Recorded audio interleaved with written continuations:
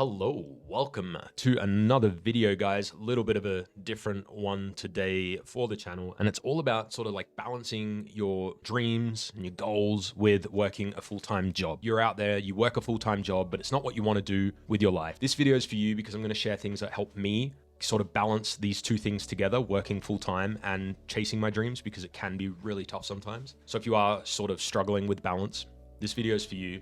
And we're just going to jump straight into the first step. Hang on, the first step or the first tip is just to not beat yourself up over it if you have like a non-productive day. You know, if you're working full time, so that's already 40 hours out of your week that other people that don't have to do that do have, you're already going to be tired, right? So if you come home from work one day and you wanted to work on whatever it is you want to work on, but you just don't feel like you can, that's okay. All right, you don't beat yourself up about it. Understanding that some days are just not going to be great and moving on from that is like one of the biggest hacks ever. It's like this old saying, it's like, if you're going to fail, you fail quick. Something doesn't go according to plan, you accept that it didn't go to plan, and then you move on immediately. I remember looking in like when people do dieting, personal trainers and physicians say a lot is like when people are on a diet and maybe they cheat and they just have like a couple of donuts one day that they weren't meant to have, they beat themselves up over it so hard that they just are like, screw it, no more diet. Whereas what you really should do is accept that you had the donuts, okay?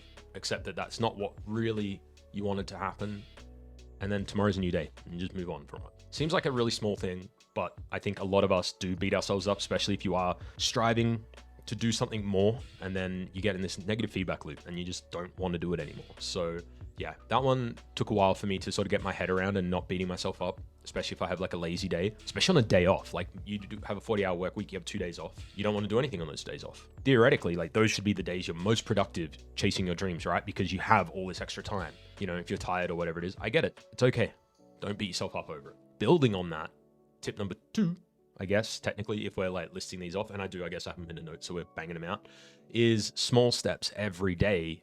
Like they compound over time, basically. So if you're not feeling productive, but you do want to get something done, just block out 20-30 minutes. Just tell yourself, I'm going to work on this thing for half an hour. That's all I'm going to do today. For me, the other night, same thing. I just did not feel inspired. I didn't really want to work on my character that I'm working on. I did want to do something, so I said, okay, half an hour, that's all I'm going to do. I'm going to work on this one thing. I think I was like making a pouch or something. That's all I did, as I worked on it, and then 30 minutes passed, and before I knew it, 2 hours had passed. But because I had the mindset of only working on it for 30 minutes, it didn't feel like as big of a task.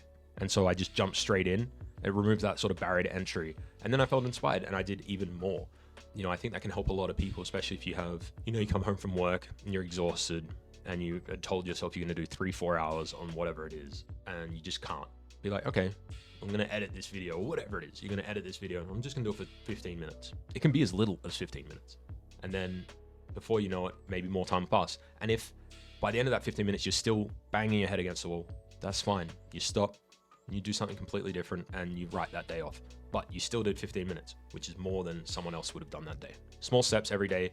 I'll just chuck this image up. It's like this like little cool like image of like, think of it like there's a ladder and you're climbing it every year. There's 365 steps. As long as you take one step a day, you'll be at the top, right?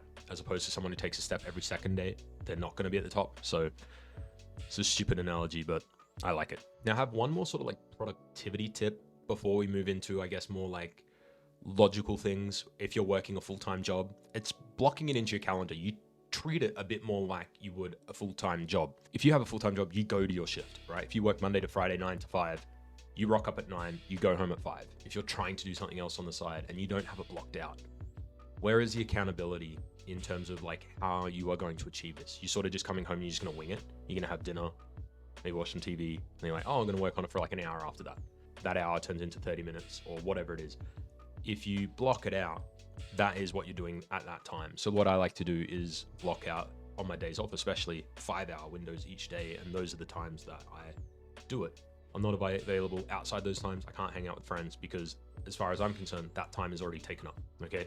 And it seems super simple, maybe boring, but I find it helps. And it's like this, especially if you got friends that want to hang out and you tell them, hey, I'm busy this day. Like I have plans and it's blocked out.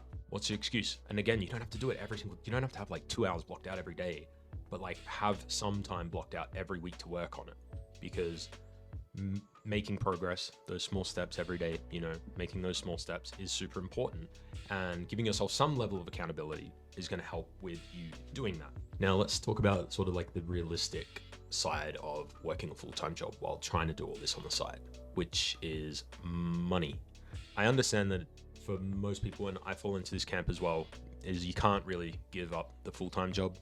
I mean, that's what the whole point of this video is. If it was me and I had the ability to do this, and I don't, but I would move back in with my parents. Tip 4, what are we up to? 4. If you have that as a choice, I would do it 110%, because it's going to give you a little bit more freedom. It's going to give you a little bit more time, hopefully. And again, it doesn't have to be forever.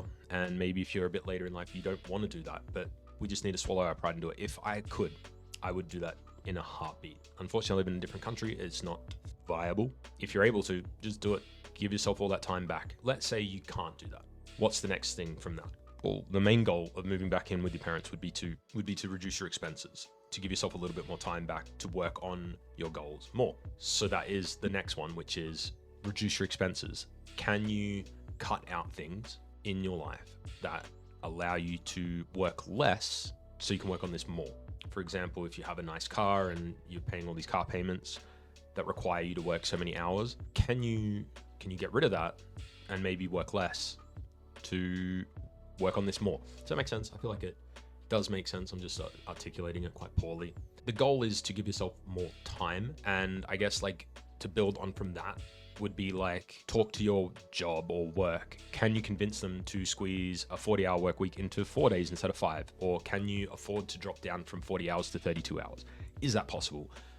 Looking at all these things, finances and everything, to see if you can get yourself an extra day in the week, because 3 days off a week would be incredible to be able to work on all this sort of stuff. I myself try to do that as much as I can. Unfortunately, I'm not able to every week, but there are some weeks where I can squeeze the work week into 4 days, and having that extra day off is a huge, huge lifesaver. And I guess the last thing, this is more just like something I remind myself of all the time, especially on the unmotivating days. A lot of this is about the unmotivating days, which is like, if it's tough, and it is, it is tough, especially when you look at people that only work a full-time job and that's all they do.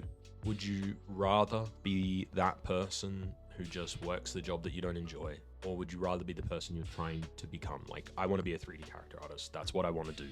I could easily just stop all this and have a super chill life, just work my job, come home and chill.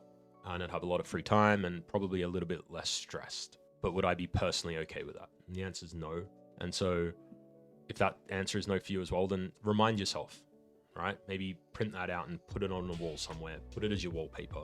A daily reminder that, yeah, you might be tired. You work 8 hours, you come home, you another 2 or 3 hours into this, and you do that every day. This can be exhausting, but what's the alternative? And are you okay with that alternative? I think reminding myself of that really, really helps. These aren't like mind-blowing tips by any means, but definitely things that I think have helped me as I try to balance both things, because that balance is tough. There is very few days where it's easy. But yeah, these are some of the things I found that help. So I hope you have found it slightly helpful. I am probably going to do a video in the near future of sort of what a day looks like for me trying to balance this on the side. So if that is something you want to see, you know what to click. And I think the important thing is, and the biggest thing I want people to take away is like, just little steps, and don't beat yourself up. Be the go-getter, go out and just strive for your dreams, and don't listen to anyone else telling you that you're stupid.